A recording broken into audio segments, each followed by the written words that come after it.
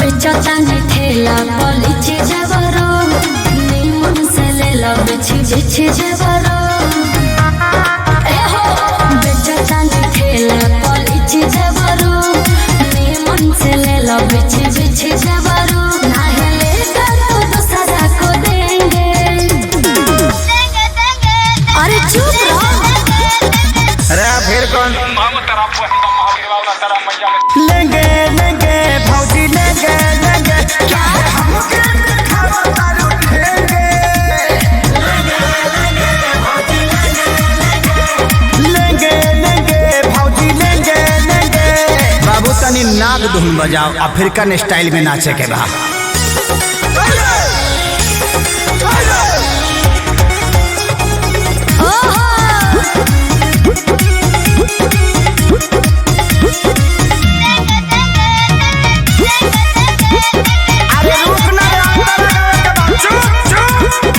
भौजी रूगल बेचो आरे लीची ले लो देखे के पागल बाजार भइल बा हो जवार भइल बा गाछी के फल फलादार भइल बा हो तैयार भइल बा हर ले लो हो पैसा न पावे आज दे दाम उधारे कहे बीमार दुलारे हे भौजी होई फल रसदारे।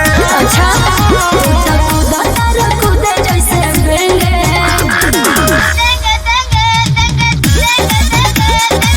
हाई बेंगावा घुस गइल रे फिर कौन भगवे किनारे।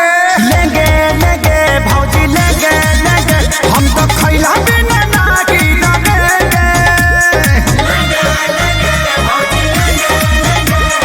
लेंगे लेंगे भौजी ले लेंगे।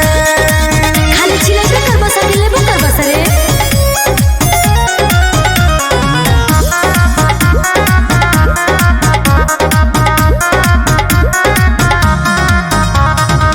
जल्दी से ले लो ना तो कम हो जाए हो खत्म हो जाए। अच्छा बड़ा कम जोर तो निदम हो जाए बॉडी बम हो जाए।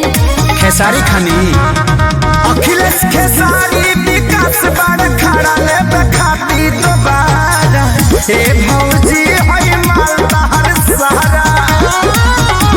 बना के आइल बड़ा लोगेंगे